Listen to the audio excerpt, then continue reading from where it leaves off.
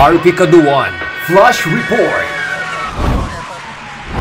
10 hanggang 18 tropical cyclones ang aasahan ngayong taon ayon sa Pag-asa. Bagamat hindi sing lakas ng mga nakaraang bagyo, hindi daw tayo dapat magpakakampante. Ngayong Hulyo, asahan ng 2 hanggang 3 tropical cyclones na posibleng dumaan malapit sa Batanes o maglandfall sa Visayas o Central Luzon. Ang iba pang detalye sa Agenda Weekend Report ni Ivy Reyes. Matapos lumabas sa Philippine Area of Responsibility ni Bagyong Bising ngayong Biyernes, kinumpirma ng State Weather Bureau Pag-asa na 10 to 18 tropical cyclones pa ang inaasahang papasok sa bansa ngayong taon.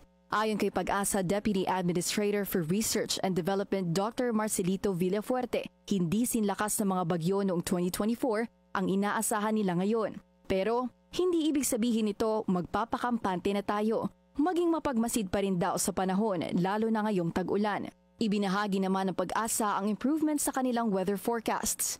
Yung pagbibigay natin ng agarang impormasyon, halimbawa sa forecast natin ng tropical cyclones, before kasi ang forecast natin ay covering only 5 days. But right now, we already extended it to at least 2 weeks, no?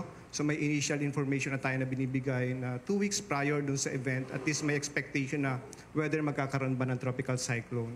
Mayroon namang seryosong babala ang Pag-asa tungkol sa klima. Nung nakaraang mga taon po, maalala natin active ang El Nino at that time. So that's why earlier period na kung saan doon talaga na-expect yung epekto ng El Nino. With La Nina kasi na-expect naman natin more precipitation or more rainfall. Paliwanag ni Villafuerte, ang painit na temperature nagiging climate trend na humahantong sa unpredictable weather patterns.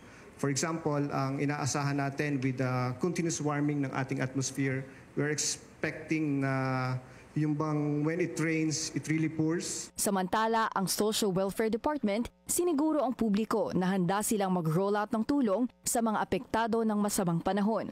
Sa ngayon, ang stockpile at standby funds ng DSWD nasa 3 billion pesos. Tag-ulan na kaya todo kay dumano ang DSWD para kumbinsihin ang mga street dweller na subilong sa kanilang himpilan dahil mapanganib sa kalye. Pero sa pinakahuling datos nila, hamon pa rin umano ang paghimok sa mga ito dahil sa 10,000 homeless individuals na kanilang nilapitan, aabot pa lang sa 6,000 ang tumanggap sa kanilang tulong.